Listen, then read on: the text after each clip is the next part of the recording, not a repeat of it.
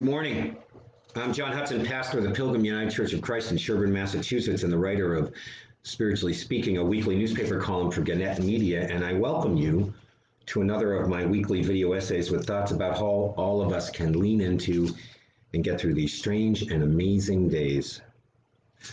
Since COVID began, I've become a foodie, a person who, unlike some people, takes great pleasure in both eating food and preparing food.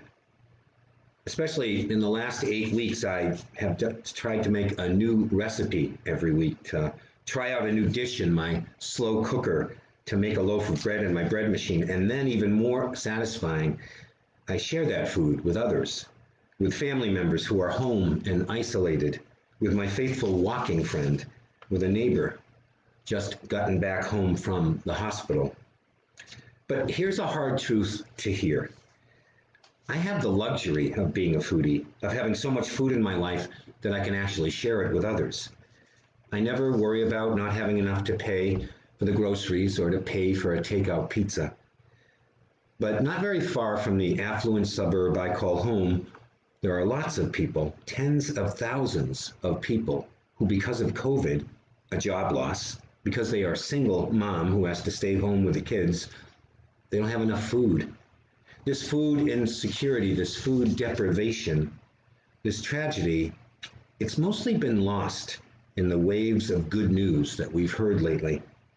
Lost because almost always folks on the edge of society, the poor, the struggling service worker, the recent immigrant, they don't get much press and are often very invisible. But friends, they need our help, and they need it right now. Consider, while overall employment levels for the wealthiest of Americans dropped by just 1% in the last year, employment for the bottom 25% of Americans dropped by 28%. Consider, in Massachusetts, our state saw the largest growth in food insecurity in the country in the last 12 months, a staggering increase of 59%. In Middlesex County, almost 11% of our neighbors are food insecure, going hungry. So I challenge all of us who are not food insecure, who have not been hit so hard by COVID's economic sledgehammer. It's time for us to step up and to give. Now, Uncle Sam and the state are doing a lot, but private citizens and private charities like the church I serve, we need to respond with compassion too. So here's my shameless pitch. Go to this website or write it down. A Place to Turn in Natick.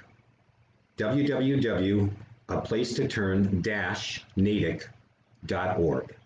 I ask you to go to that site to see what food they need and go to the grocery store and pick up a couple of bags and drop it off there. I ask you and me to write them a check to donate online. I ask us to organize a food drive with your neighbors or friends at your workplace, at your church or synagogue or mosque. If you are not from around Boston, support your local food bank. And I ask you, maybe even share this video on your timeline. I dare you. I ask you. You know, one of my favorite passages from the Bible imagines Jesus standing in a bread line with other poor folk, being treated with kindness and compassion, and saying this: I was hungry, and you gave me something to eat. I was hungry, and you gave me something to eat. It is a miracle when people of goodwill open their hearts and their wallets to help our neighbors in need. So feed someone, feed a family, now. It makes all the difference. Thanks for joining me. Our church offers worship every Sunday morning on this Facebook page at 9:50 a.m., and we invite you to come along. Take care, and I pray that you and your loved ones, that all of us, that we can keep the faith. Be well, stay safe, and God bless all of us, and God bless our world.